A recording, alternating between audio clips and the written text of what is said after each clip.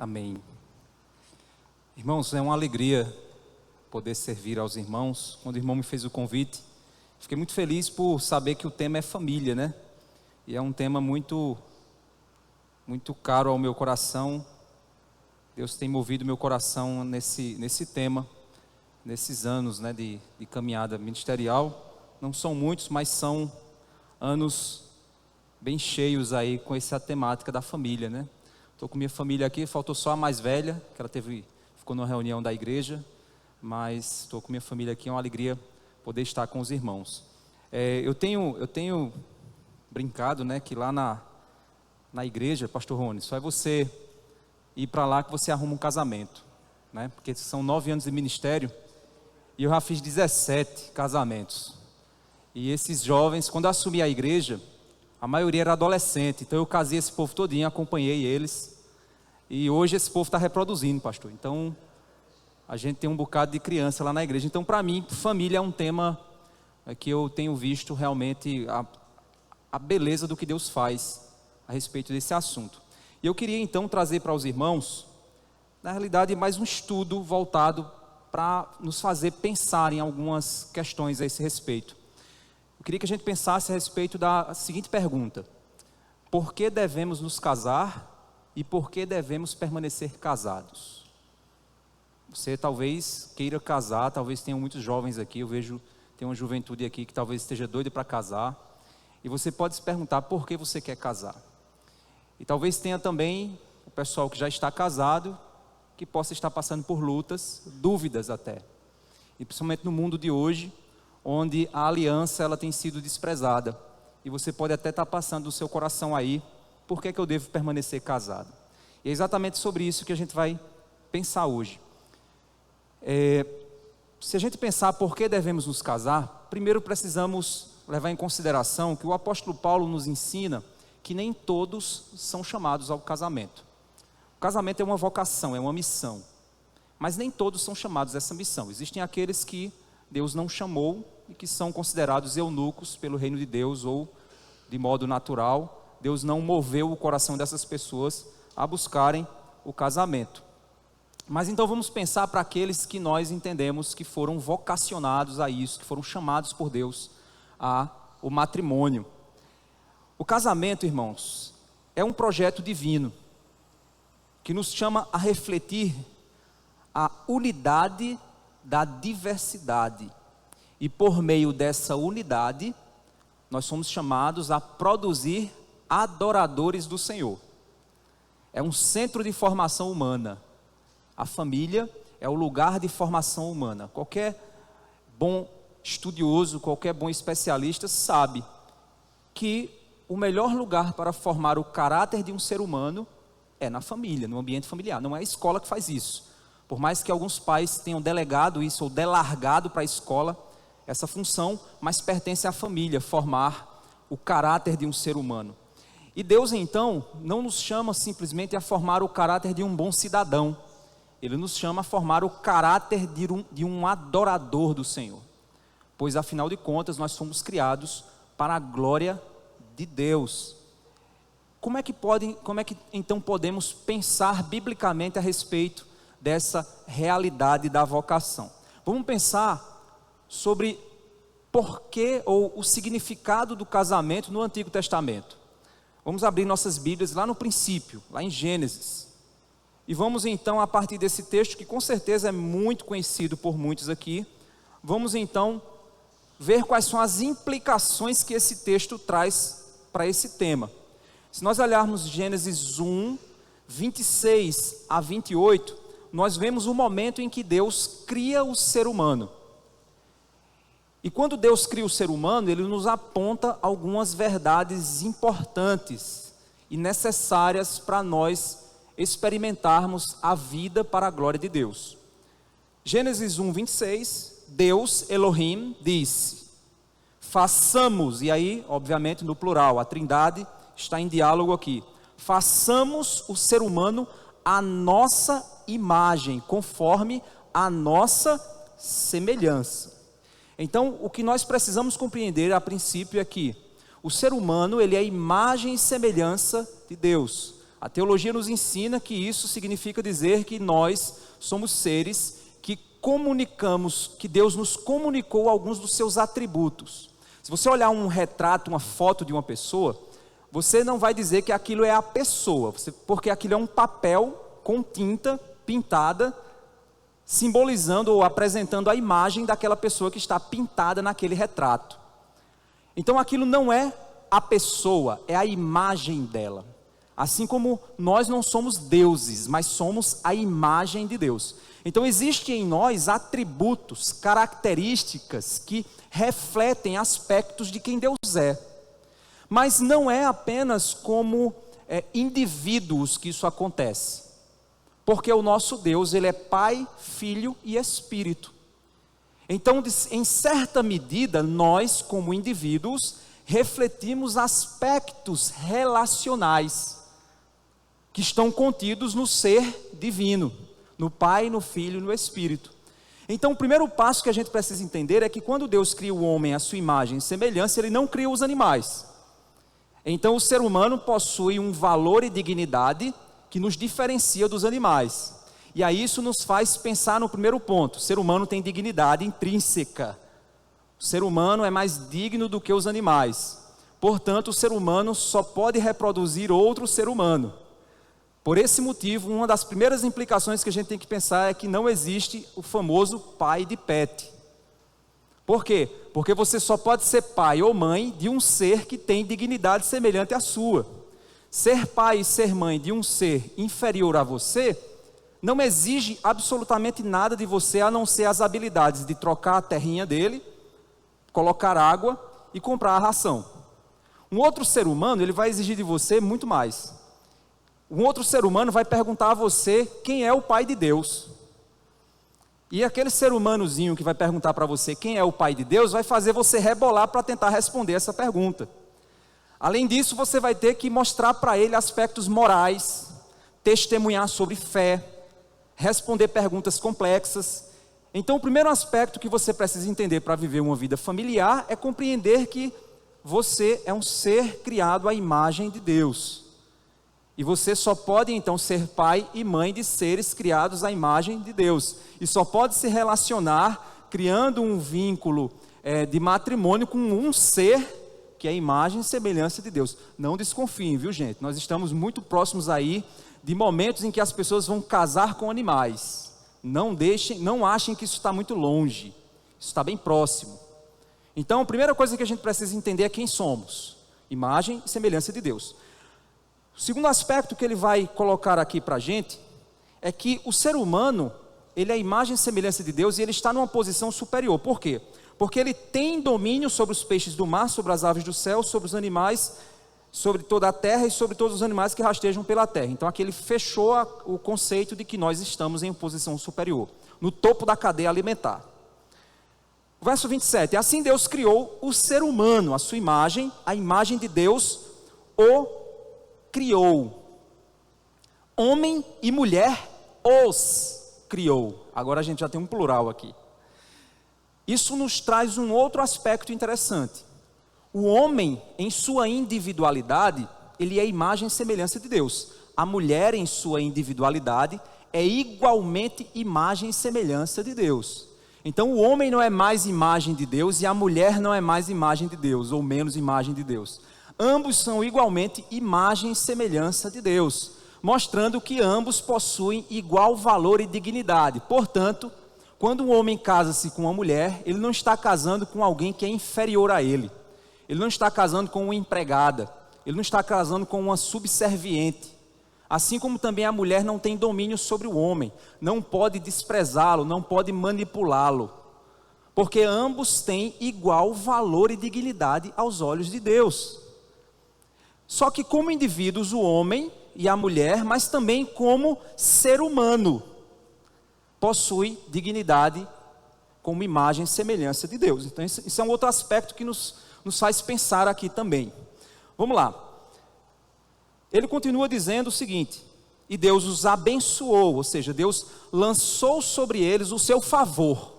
O que é abençoar? É quando Deus lança sobre alguém o seu favor, concedendo a ele algo que é bom. Isso é bênção. O que é maldição? Quando é concedido algo ruim. O que é bênção? Quando é concedido algo bom. Então Deus concede o seu favor para eles, dando a eles algo bom. E o texto continua dizendo que Deus os abençoou e lhes disse: sejam fecundos. Fecundidade é sinal de bênção. Ter filhos é sinal do favor divino. Por isso que a esterilidade, quando a gente vê no contexto do Antigo Testamento, trazia muita dor para as mulheres. Não é que elas não queriam, é porque eu não consigo me realizar como mãe. Não era esse o aspecto na maioria dos corações. Mas é porque trazia sobre ela a conotação de que o favor de Deus não estava sobre ela. De que ela estava debaixo de uma maldição divina. Por isso trazia tanta dor e sofrimento. E nesse contexto, então, nós vemos que a fecundidade é essa bênção de Deus. Multiplicar-se, encher a terra e sujeitá-la. Então a gente vê que a missão humana é dominar e sujeitar a terra. Pôr a terra sob sujeição do ser humano. Nós só não estamos morrendo de calor aqui porque alguém sujeitou a eletricidade. Depois sujeitou os gases para que na expansão dos gases pudesse ocorrer uma troca de temperatura e você pudesse estar aqui nesse ar-condicionado sendo beneficiado. Alguém sujeitou as grandezas físicas para que nós pudéssemos alcançar um pouco de conforto no ambiente onde a gente está. Então nós fomos criados para sujeitar. Vocês estão sentados em petróleo. Estamos pisando aqui em vários tipos de minérios aqui. Sujeitamos a terra para nosso benefício. Isso é bênção de Deus, isso é prosperidade. Se você for para uma floresta e você não conseguir fazer isso, você vai sofrer as intempéries que vão cair sobre você. Então isso é bênção. Nós fomos criados para sujeitar, mas essa sujeição ela acontece por meio da multiplicação e do espalhamento. E o mecanismo de multiplicação e espalhamento chama-se família. Isso fica muito claro quando a gente vai ver o capítulo 2 de Gênesis. O capítulo 1 nos descreve os dias da criação de maneira macro, é como se fosse aquela visão geral. E aí Moisés colocou o capítulo 2 para ser aquele micro, no dia 6, no sexto dia. Então a visão, ele dá aquele zoom no sexto dia, e fecha exatamente nas horas equivalentes ao sexto dia, no qual ele cria o homem e a mulher, e nos descreve isso, porque o alvo de Moisés é mostrar que o ser humano de fato era a joia da criação. Existe um salmo que diz isso. Infelizmente nós falhamos com o Criador em Adão, mas é descrito essa criação e o valor que essa criação possui, o valor da dignidade. Por isso que quando alguém diz assim, eu gosto mais de bicho do que de gente, desconfie dessa pessoa. Essa pessoa ela não está entendendo o valor que os seres humanos possuem. Os seres humanos não têm valor que tornem ele o centro do coração de Deus, como alguns evangelistas do coach dizem. Não, mas nós temos valor, pois o sangue foi derramado por nós. Sim, Deus, ele por causa de nosso erro, por causa de nossa falha, o sangue foi derramado. E esse valor, pelo nosso pecado, foi pago. Por amor, então, fomos resgatados. E aqui, Gênesis vai nos mostrar como foi essa criação. E quando nós então olhamos Gênesis capítulo 2, no verso 15, nós vemos a missão dada a Adão, quando o Senhor, verso 15 diz, o Senhor Deus tomou o homem, Adão, e o colocou no jardim do Éden para o cultivar e guardar. E aqui a gente tem cultivo e guarda, que significa o quê? É você trabalhar e o teu trabalho prosperar e manter o status daquilo que foi entregue a você. Por exemplo, se eu chegar para você e entregar para você R$1.000 e disser assim, eu quero que você guarde para mim. Você vai pegar esses R$1.000 e vai guardar em um local. Depois eu vou viajar e vou voltar e vou dizer assim, eu quero que você me dê os R$1.000 que você guardou. Você vai pegar os R$1.000 e vai me devolver. Se eu chegar para você e disser, eu vou te dar R$1.000, mas eu quero que você cultive e guarde. O que você vai fazer? Você vai fazer aplicações. Você vai pegar aquele dinheiro, investir, comprar alguma coisa, vai trabalhar com aquele dinheiro, para que quando eu volte eu possa encontrar R$2.000 na sua mão. Você cultivou e guardou. Se você não guarda, o que é que você iria me devolver? Talvez R$500, R$300. Se você não trabalhar da maneira correta, você não vai fazer aquele dinheiro prosperar. A lógica do cultivar e guardar é exatamente essa. É que o ser humano, na sua ação humana, ele pudesse manter aquilo que Deus criou, mas não só manter, mas fazer prosperar. Fazer com que o jardim do Éden pudesse se espalhar e cobrir toda a terra para a glória de Deus. Essa era a missão. E Deus pôs Adão para fazer aquilo ali. No entanto, o capítulo 2, no verso 18, nós entendemos um não é bom. Deus disse que tudo é bom. Tudo que Deus faz, ele viu que era bom. Mas tem algo que quando ele vê, ele diz, isso não é bom, ainda não está completo. E é exatamente o que ele diz no verso 18. O Senhor Deus disse ainda, não é bom que o homem esteja só, farei para ele uma auxiliadora que seja semelhante a ele. E esse não é bom que ele esteja só, nós precisamos ter cuidado com a implicação disso, para a gente não achar que a missão da mulher é ser companhia do homem. Como se a mulher fosse uma sombra masculina. Não é essa a perspectiva bíblica. A perspectiva bíblica é de que o homem em sua masculinidade é insuficiente para revelar a glória da imagem de Deus. É necessário o masculino e o feminino para que ambos juntos possam manifestar a unidade da diversidade da imagem divina. Porque existem aspectos no masculino que são pertencentes à graça, à bondade, à provisão, à proteção, a dimensão masculina, ela é importante para manifestar a glória de Deus. Mas aqui ele diz que fará uma auxiliadora. E a palavra auxiliadora usada aqui é a palavra Ezer. Lembra lá? Ebenezer? Pois é. A palavra Ezer, ela é usada unicamente na Bíblia em 2 momentos para os seres humanos. E todas as outras aparições da palavra hebraica Ezer é usada para Deus. No momento em que Deus é o auxílio do que necessita, Deus é a ajuda de quem precisa, Deus é aquele que levanta o cansado, Ele é o Ezer. Portanto, Deus escolheu usar essa característica da sua divindade para criar um ser que manifesta essa característica. Criar a feminilidade como sendo a auxiliadora idônea, necessária à complementação da masculinidade para a manifestação da glória de Deus. Olha que interessante. Isso é tão real que quando nós olhamos para os meninos e perguntamos a eles, o que é que vocês querem ser quando crescer? Os meninos dizem o quê?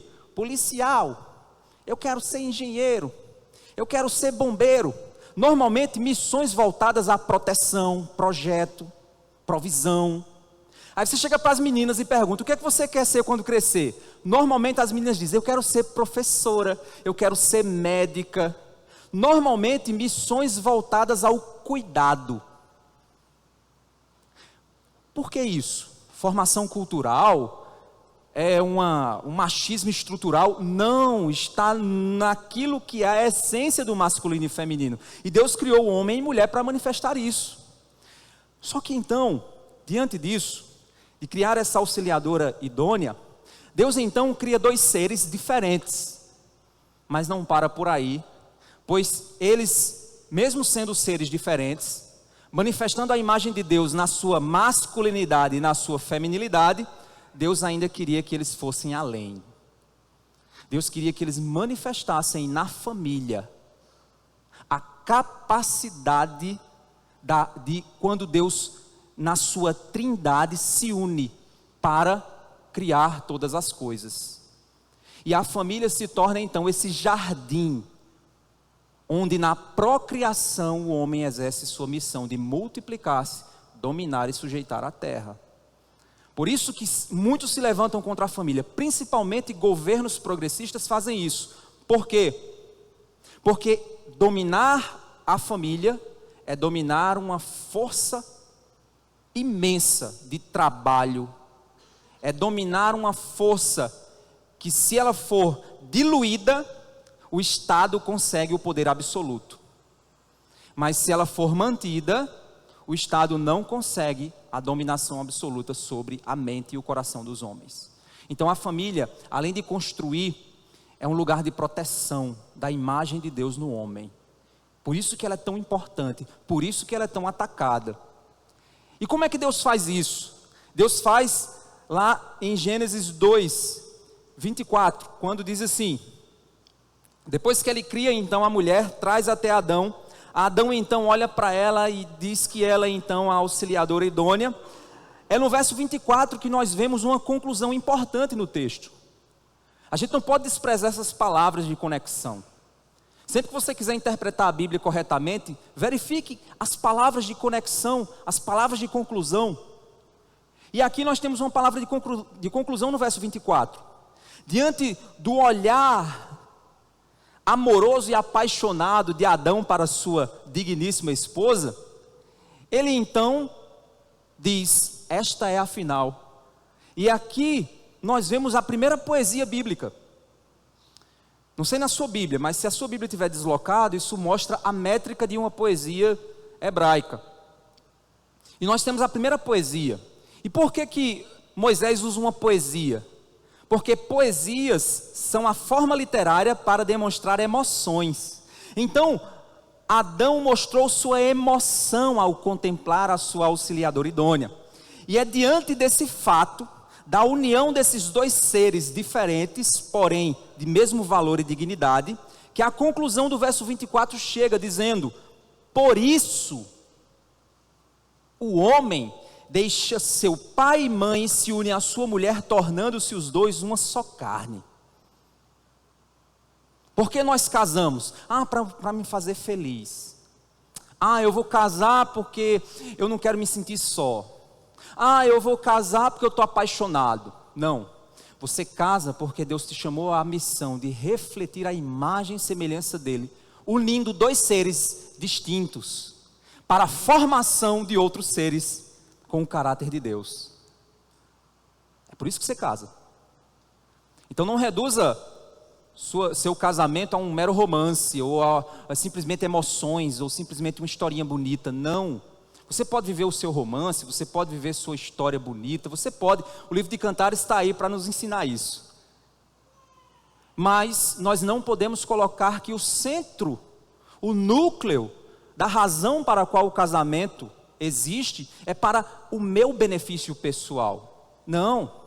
Eu sou beneficiado como consequência. Porque tanto a imagem de Deus é manifestada, como novos seres e adoradores do Senhor são formados, como a sociedade é alimentada com pessoas. E a terra prospera quando esses seres humanos cultivam e guardam aquilo que Deus mandou. A consequência então dessa unidade é aquilo que a gente vê no verso 25. Ora, um e outro, o homem e sua mulher, estavam nus e não se envergonhavam. E é óbvio que tem muita dúvida a respeito dessa nudez, né? Na realidade, a ideia da nudez, ela está muito mais relacionada ao símbolo que a nudez tem. De fato, eles estavam literalmente nus. No entanto, a nudez, ela manifesta muito além do que simplesmente estar sem roupa. Ela manifesta a ideia da transparência, a falta de vergonha. Por que eu não tenho vergonha? Pois eu não tenho nada a esconder do outro. Então nós temos uma unidade de dois seres diversos, diferentes, que manifestam a imagem de Deus, mas eles fazem isso em total transparência, um com o outro. Ok.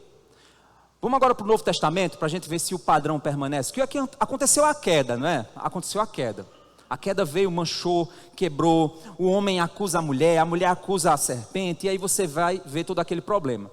Vamos ver então em Efésios capítulo 5, quando é que surge essa mesma definição. Efésios capítulo 5. Lá em Efésios capítulo 5, é um texto muito conhecido também, nós vamos ver uma dinâmica bem interessante. Observe que na estrutura que a gente viu em Gênesis, você vê a criação, você vê a definição do masculino e feminino, os papéis do cultivo e guarda, os papéis do Ézer, da auxiliadora, e a consequência por isso e tal, tal e tal e tal. Ok. Agora vamos ver em Efésios capítulo 5, olha só como é que acontece. Efésios 5, verso 22 a 30, diz assim, ó: esposas, que cada uma de vocês se sujeite a seu próprio marido, como ao Senhor, porque o marido é o cabeça da esposa, como também, agora ele está estabelecendo um padrão, como também Cristo é o cabeça da igreja, sendo ele próprio o salvador do corpo. Como porém a igreja está sujeita a Cristo, assim também a esposa se sujeita em tudo ao seu marido. O casamento agora assume como padrão o relacionamento de Cristo com seu povo. Agora eu não olho somente para Gênesis, para o masculino e feminino. Agora eu olho para Cristo e a igreja como um padrão de redenção do casamento, após a queda. Quando então eu faço essa observação, eu agora percebo que a esposa assume um tipo de imagem, a imagem da igreja, manifestando no seu relacionamento com seu marido, aquilo que a igreja deveria devotar a Cristo. O verso 25, nós temos então o outro lado da moeda. Marido, que cada um de vocês ame a esposa, como também Cristo amou a igreja e se entregou por ela, para que a santificasse, tendo-a purificada por meio da lavagem de água pela palavra, para apresentar a si mesmo como igreja gloriosa, sem mácula, nem ruga, nem coisa semelhante, porém santa e sem defeito. Assim também o marido deve amar a sua esposa, como ama o próprio corpo. Quem ama a esposa, ama a si mesmo. Lembra ali o que foi que Adão disse? O cântico dele, reconhecendo que ela era assim como ele, que ela era carne da carne dele. O que nós temos aqui são ecos da mesma estrutura. E aqui, quando nós continuamos no verso 29, ele diz: porque ninguém jamais odiou o seu próprio corpo. Ao contrário, o alimenta e cuida dele, como também Cristo faz com a igreja. Porque somos membros do seu corpo. Agora olha o verso 31, a palavra de conexão que você tem logo na sequência. Olha o verso 31. Eis porque, eis a razão, eis o porquê. Lembra que lá em Gênesis havia um por isso, por essa cena que acabou de ser descrita, o homem deixa pai e mãe, se une à sua mulher e se torna os dois uma só carne. Agora a mesma coisa acontece em Efésios, por causa de Cristo e da igreja, da esposa e do seu esposo, eis porque o homem deixará o seu pai e sua mãe e se unirá à sua mulher, tornando-se os dois uma só carne. Grande é esse mistério, mas eu me refiro a Cristo e à igreja. No entanto, também, quanto a vocês, que cada um ame a sua própria esposa, como a si mesmo, e a esposa respeite o seu marido. Olha que interessante. O que nós temos é a mesma razão. Manifestar algo que vai para além do seu relacionamento. O seu casamento manifesta algo que aponta para além dele. O seu casamento não existe para a subsistência do seu romance. O seu casamento não existe simplesmente para você gerar filhos. O seu casamento não existe simplesmente para você ser feliz. Tudo isso pode acontecer, tudo isso pode vir. Não é ruim, não é errado querer isso. Mas o seu casamento, ele aponta para uma realidade muito além. Aponta para o amor de Deus para com seu povo. Aponta para o desejo que Deus tem de manifestar a sua imagem através de nós. Revelar a glória de Deus. E agora em Cristo a imagem se torna muito mais clara. De que as mulheres, assim como a igreja, devem respeitar seus maridos. E os seus maridos, assim como Cristo, devem amar suas esposas e, se necessário for, se entregar por elas. O que nós vimos é, em Gênesis, o casamento estabelecido à luz da criação. E o que nós vemos em Efésios é o casamento estabelecido à luz de Cristo. E é necessário a gente entender que o nosso Deus, ele é um Deus narrativo. O nosso Deus, nós que somos pessoas existentes aí na pós-modernidade, fomos muito contaminados pelo modernismo. O modernismo, ele trouxe a concepção de que as coisas, elas se conceituam de modo estático. Deixa eu explicar para você o que significa. O que é casamento? Casamento é a união de um homem com uma mulher diante de não sei o que lá, não sei o que lá. Ou seja, isso é um conceito estático. É uma coisa que você conceitua olhando partes, olhando pedaços. O nosso Deus não conceitua coisas assim. O nosso Deus, quando vai criar conceitos, Ele cria conceitos narrativos. Ele apresenta ideias no tempo e no espaço. Ele se revela em seus atributos, relacionando-se com o ser humano no tempo. E Deus, quando vai conceituar o casamento, Ele não cria simplesmente um conceito estático, mas Ele estabelece uma narrativa. Pastor, pelo amor de Deus, o que é que você está querendo dizer? Vamos ver. A gente viu que os dois textos que juntam a mesma ideia aí, é o texto de, por isso, o homem deixará pai e mãe, se unirá à sua mulher, e serão os dois uma só carne. O que é isso, gente? É o conceito de casamento. Então, o que é casamento segundo a criação de Deus? É quando o homem, aí você diz, e a mulher não faz? É claro que faz. Mas por que a Bíblia estabelece o masculino? Porque o homem foi criado para liderar. Então eu tenho certeza que ninguém aqui vai querer, algum rapaz aqui, não sei, depois conversa com o pastor Rony, se você for desse tipo, que quer que sua namorada se ajoelhe e abra uma aliança para você, pedindo você em casamento. Se tiver algum rapaz aí, conversa com o pastor Rony, que ele pode lhe ajudar. Mas eu tenho certeza que você não vai querer isso. Por quê? Porque está na essência do masculino esse avanço, essa busca, esse projeto, essa liderança, essa atitude. Por isso que a definição do casamento começa então com o homem tomando a iniciativa de deixar pai e mãe. E quando o homem deixa pai e mãe, gente, sabe o que isso significa? Sabe por que é deixar pai e mãe? Não é deixar os avós, não é deixar os irmãos. Porque o núcleo mais importante na vida de um ser humano, do ponto de vista horizontal, do ponto de vista vertical é Deus, né? Mas do ponto de vista horizontal, o núcleo mais importante de relacionamento na sua vida são seus pais. É tanto que tem um mandamento só para isso. Honra teu pai e tua mãe. Por isso, para que o casamento possa acontecer, a primeira coisa que é necessário é que no coração dos dois exista a ideia de que a pessoa mais importante da sua vida não será mais seus pais. Corta o cordão umbilical. Você não pode mais ter vínculo de dependência deles, nem física, nem financeira, nem emocional, nem espiritual. Você não pode ter dependência mais. Por isso que não casa e fica na casa dos pais. Não casa e deixa teus pais se meterem na tua vida. É necessário haver essa consciência de que você agora vai cortar esse vínculo para formar um núcleo exclusivo. E essa exclusividade, se Deus espera que o primeiro passo do casamento seja deixar pai e mãe, é claro que amigos, avós, é claro que todo o resto, é óbvio que você vai dizer, não, se eu estou deixando o relacionamento mais importante da minha vida para me unir à minha esposa, é óbvio que os demais não são tão importantes assim, e é fato. Então, a primeira coisa que a gente pode compreender, que pode implicar para a gente, é de que o casamento, em primeiro lugar, ele precisa que o coração de quem vai casar assuma um compromisso de exclusividade com seu cônjuge. O seu cônjuge é a pessoa mais importante do mundo para você. Ah, mas os meus filhos são os mais importantes. Não, não são. Mas saíram da minha barriga, é verdade, mas eles são temporários. O relacionamento que você tem com seus filhos são temporários. O relacionamento que você tem com seu marido é para sempre. Pelo menos o projeto de Deus é que seja para sempre.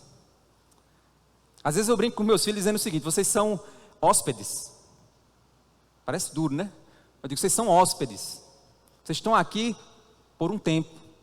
E peço a Deus que vocês saiam um dia felizes.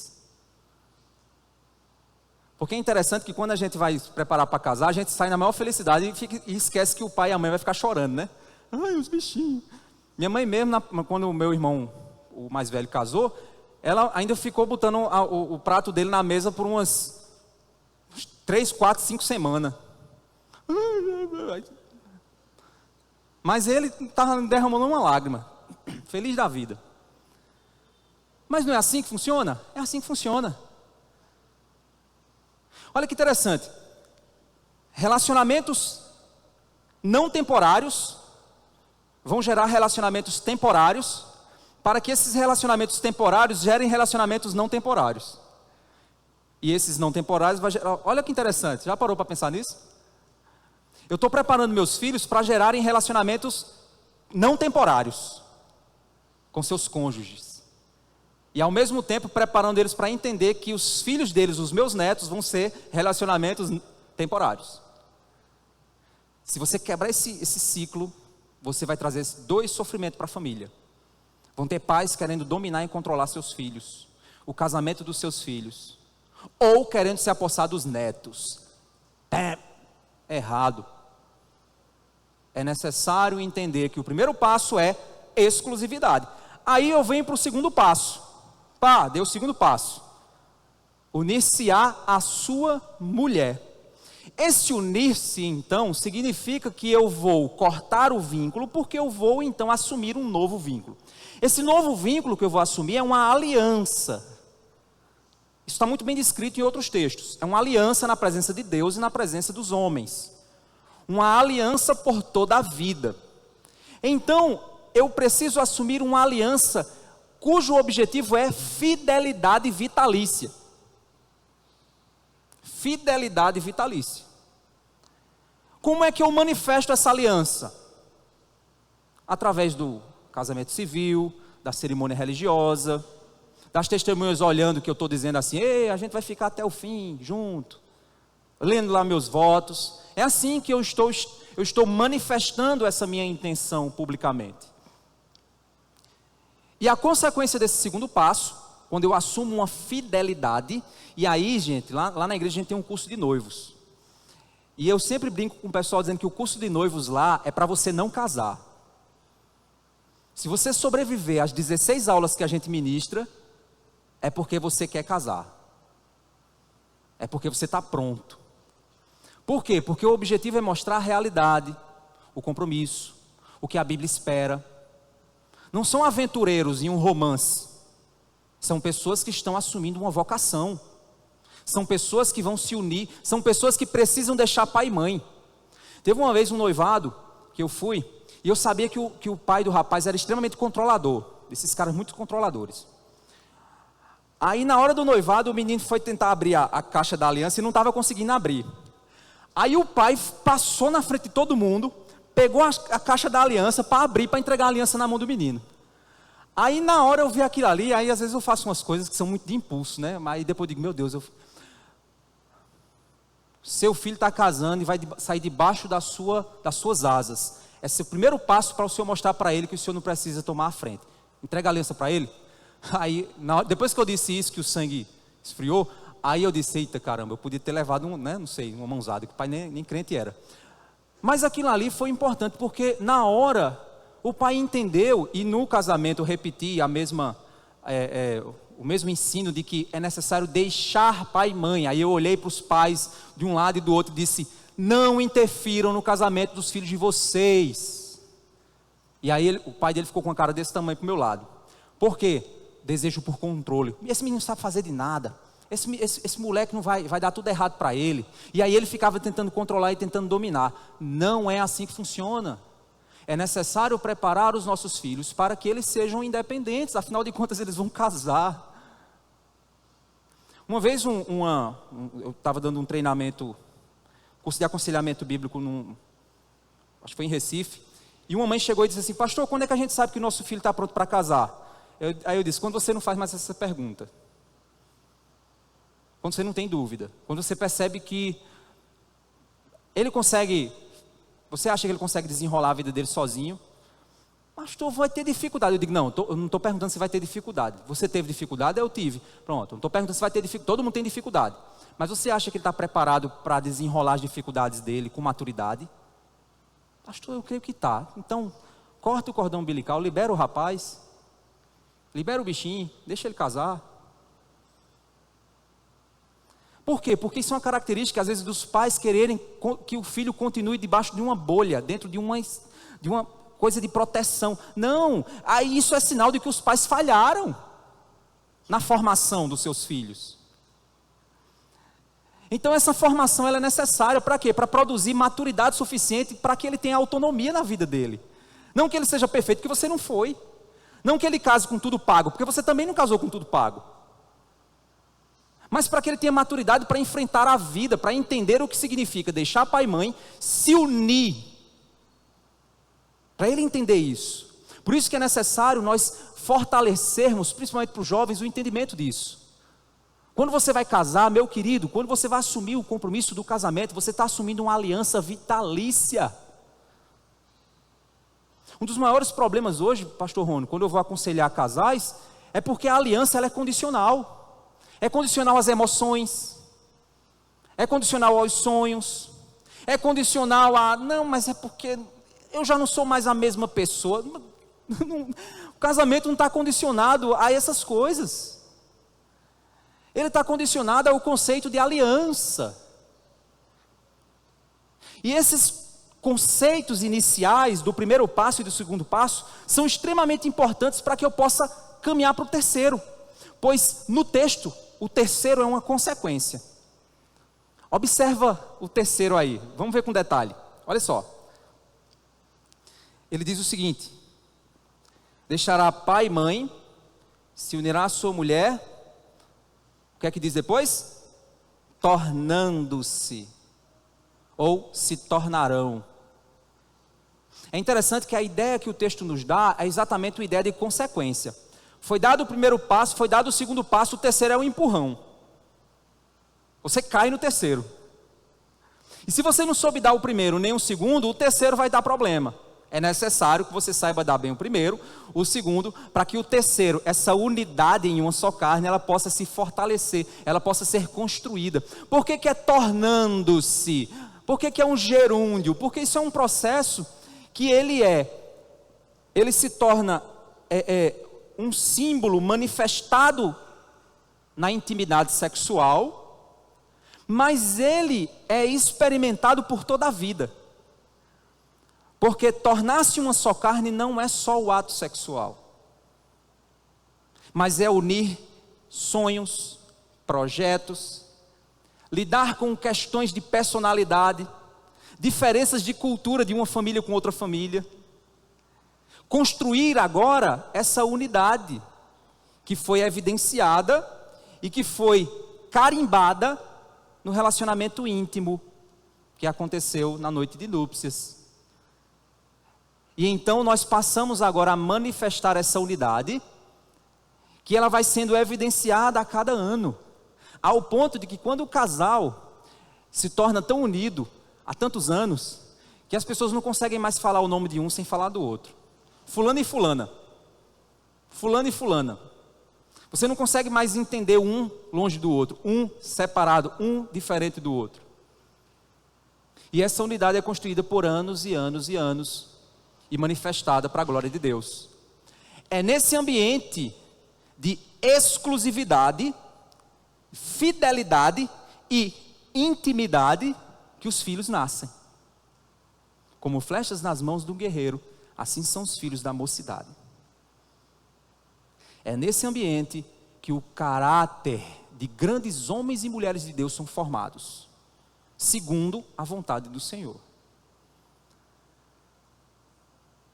Então eu quero aqui fechar pensando o seguinte: se você pensar, por que casamos? A gente entendeu, para manifestar a glória de Deus. Através de quê? Da unidade de seres diversos, que ao se unirem, cumprem o propósito de formar novos seres adoradores do Senhor, nesse ambiente de exclusividade, fidelidade e intimidade. O mundo então vai ver. E aí, por que permanecer casados em meio às dificuldades que virão, que acometerão a vida a dois? Porque você fez uma aliança. Você deixou o pai e mãe para firmar uma aliança com outra pessoa. Você fez a cerimônia para revelar, para demonstrar, para testemunhar essa aliança. Você foi morar junto, exatamente para manifestar para experimentar essa aliança. E você tem filhos como consequência dessa aliança. Então vamos pensar rapidamente sobre a aliança. Abram a Bíblia de vocês em Provérbios 2, verso 17.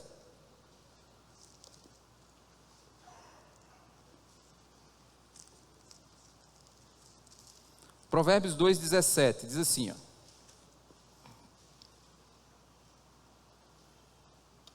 Ele fala, dentro do seu contexto, no verso 16, ele fala da mulher adúltera. Mas eu quero que você observe a implicação do conceito que o autor está apresentando. No verso 16, quando ele diz assim: a sabedoria também o livrará da mulher adúltera, da estranha que lhe lisonjeia com palavras.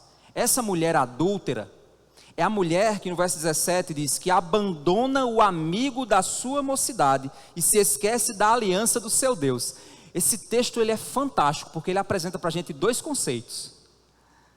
De que você casa com seu amigo, com seu melhor amigo. Se o seu esposo não é seu melhor amigo, tem alguma coisa errada. Porque ele é o amigo da sua mocidade. E a mulher adúltera esquece dessa amizade. Mas não somente isso, esquece da aliança que ela fez com Deus. Então, o divórcio é a quebra dessa aliança, em primeiro lugar, com Deus. Feita com Deus. Então, por que eu permaneço casado? Porque eu quero ser fiel ao meu Deus. Não é uma coisa pessoal, minha. É algo que eu faço para Deus. Mas não somente isso. Vamos lá agora para Malaquias. Malaquias é o último livro do Antigo Testamento. Você vai lá, abre Mateus e anda um livro só para trás. Você vai achar Malaquias. Malaquias capítulo 2, verso 14. As pessoas perguntam, né? Aqui o livro de Malaquias é um livro em que Deus está acusando o povo de Israel a respeito das suas hipocrisias. E o povo pergunta, mas por quê? Faz aquela cara de besta, mas não estou sabendo disso não. E aí, o verso 14 diz assim: e vocês perguntam, por quê? Porque o Senhor foi testemunha da aliança entre você e a mulher da sua mocidade, a quem você foi infiel, sendo ela a sua companheira e a mulher da sua aliança. Uma das coisas que o culto de Israel era abominável a Deus, é porque o povo que cultuava a Deus não estava mais cumprindo a aliança do seu casamento. Isso é muito sério, gente. A gente fica achando que Deus ele quer receber somente um louvor de alta qualidade técnica. E as pessoas que estão cantando ou estão tocando, ou o povo que está vindo adorar a Deus, está vindo com as suas vidas erradas. Seus casamentos não tratados. A intimidade de sua casa não é um altar para Deus. E eles vivem uma hipocrisia. E se você lê Malaquias, Deus diz assim: eu não escuto mais o clamor de vocês. Vocês choram, vocês se derramam no altar e eu não escuto mais. E aí, leia depois esse texto todo, você vai ver. E vocês perguntam por quê? E aí ele responde: porque vocês são infiéis com a mulher da sua mocidade. Vocês não respeitam mais a aliança do seu casamento. Vocês não lutam mais para manter essa aliança. E como é que essa aliança tem que ser? Aquela da música popular? Que seja eterna enquanto dure? Não. Quando a gente vai lá para Mateus 19, o próprio Cristo nos dá como é que essa aliança deve ser. Mateus 19, no verso 6,